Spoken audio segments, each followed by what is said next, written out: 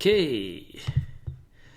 Petite partie pour vous montrer comment ça peut faire dur un blitz d'échecs. Alors là, bonjour les copains, ça continue. J'accepte d'aller dans une... Et là, je donne mon pion E4. Il ne le prend pas. Alors, c'était vraiment erreur sur erreur, cette partie-là. C'était une partie folle, incroyable. Finalement, il prend. Je sors madame parce que je savais plus quoi faire. J'ai pensé que je vais juste essayer de faire n'importe quoi parce que de toute façon, j'ai fait une maudite erreur puis ça me tanne. Je laisse mon cavalier à D4 qui aurait pu capturer mon cavalier avec son cavalier. Regardez qu'est-ce qu'il fait. Il joue D5. Incroyable. J'échange mon cavalier. Alors, vraiment, c'était comme erreur sur erreur de part et d'autre. Je ramène mon fou là parce que je ne savais plus où le mettre.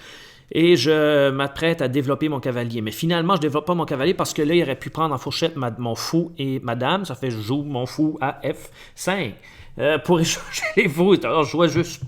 C'était une blitz folle. Il joue E4. Il attaque madame, je joue madame à H3 pour ne pas perdre mon fou. Il va échanger, je pense bien qu'il va échanger, il échange les fous. Et là, finalement, j'essaye, moi je veux rocker encore, là, si vous voyez que je suis prêt à rocker, et finalement je rock. Puis je vais développer mon cavalier. Bon, ben au moins j'ai fait ça. Et là, l'adversaire va... il gagne comme les pions au milieu, c'est gagnant. J'ai plus de temps que lui, par exemple. Il attaque mon fou, je le recule. Je voulais pas le reculer là parce qu'il aurait été en fourchette. Ça fait que je le recule en maintenant la pression sur le cavalier. Puis là, il fait un coup à un peu étrange. G6. Alors là, j'ai amené madame à H3. J'imagine qu'elle pensait, je peux peut-être faire de quoi avec ça.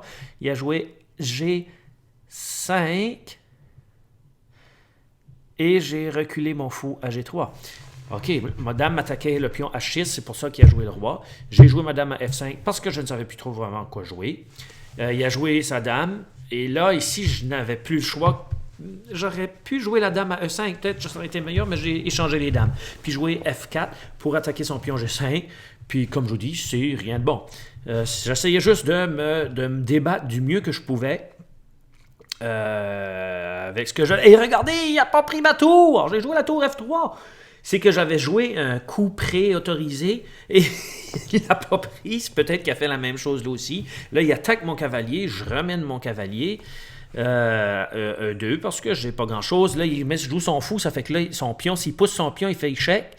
Ça fait que là, j'ai mis mon fou là pour arrêter ça. Et là, vous allez voir, je suis vraiment fini. Je suis fini. C'est vraiment une blitz, ça. Une écœurante de blitz, une partie folle, une des parties plus folles qu'il n'y a pas. Et là, je me débat juste. J'essaye juste de l'empêcher d'aller faire un autre dame, vraiment, en jouant un peu n'importe quoi, mais en gardant un peu de sens pareil. Et là, on va voir que c'est ça, j'attaque. Je cloue son cavalier, parce que si son cavalier s'enlève, je capture sa tour. Ça fait que là, il va juste jouer la tour, bien sûr. Et là, je savais plus trop. On dirait que je pouvais capturer le pion, mais je voulais pas vraiment capturer le pion parce que ce qui se passe aussi, il y avait des menaces avec le cavalier qui s'enlevait, mais c'est que je veux garder le plus de pièces possible sur le jeu pour être capable de survivre du mieux que je peux. Ici, ça faisait rien. J'ai joué le roi. Il a fait échec. Ici, j'aurais pu quand même... Non, ici, je ne pouvais pas capturer parce qu'il capturait, puis après, il prenait en fourchette mes 2 tours avec le pion à E2.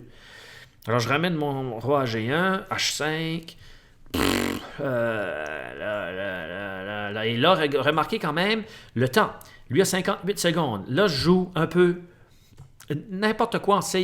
Pas tout à fait encore, mais en essayant... Là, c'est que je sais juste plus quoi faire. J'ai joué la tour à B8 pour jouer le fou à B1, pour jouer le fou à E1. Et là, j'ai pas eu le temps parce qu'il a joué le cavalier à F2. J'ai joué ma tour à A3 pour...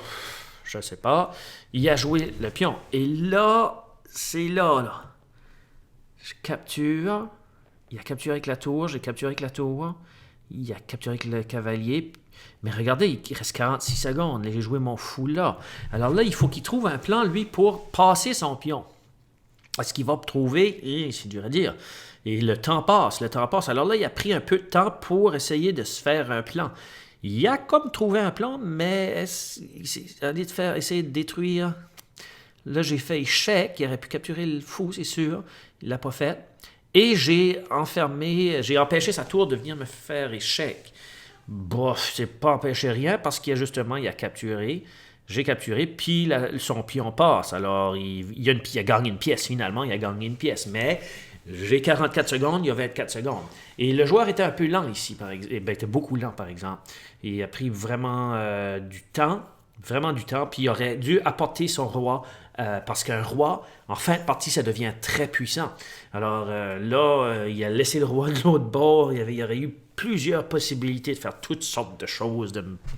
Malgré que c'était une torture pour moi, j'avais quand même un peu d'espoir parce qu'il me restait 34 secondes, puis il reste 10 secondes, puis il se sent pas extrêmement vite. Un peu comme moi, parce que je suis pas un joueur extrêmement vite non plus. Ça fait que là, j'allais avec mon roi pour bien sûr empêcher son pion de passer à dame. Il reste 4 secondes. Et là, j'ai joué le cavalier pour empêcher le roi d'aller... je sais même pas pourquoi. Là, il y avait presque plus de raison. Et c'est ça, gagner sur le temps. Oui, oui. Boum chacala. C'est ça, c'est une vraie blitz. Ah, c'est des chess.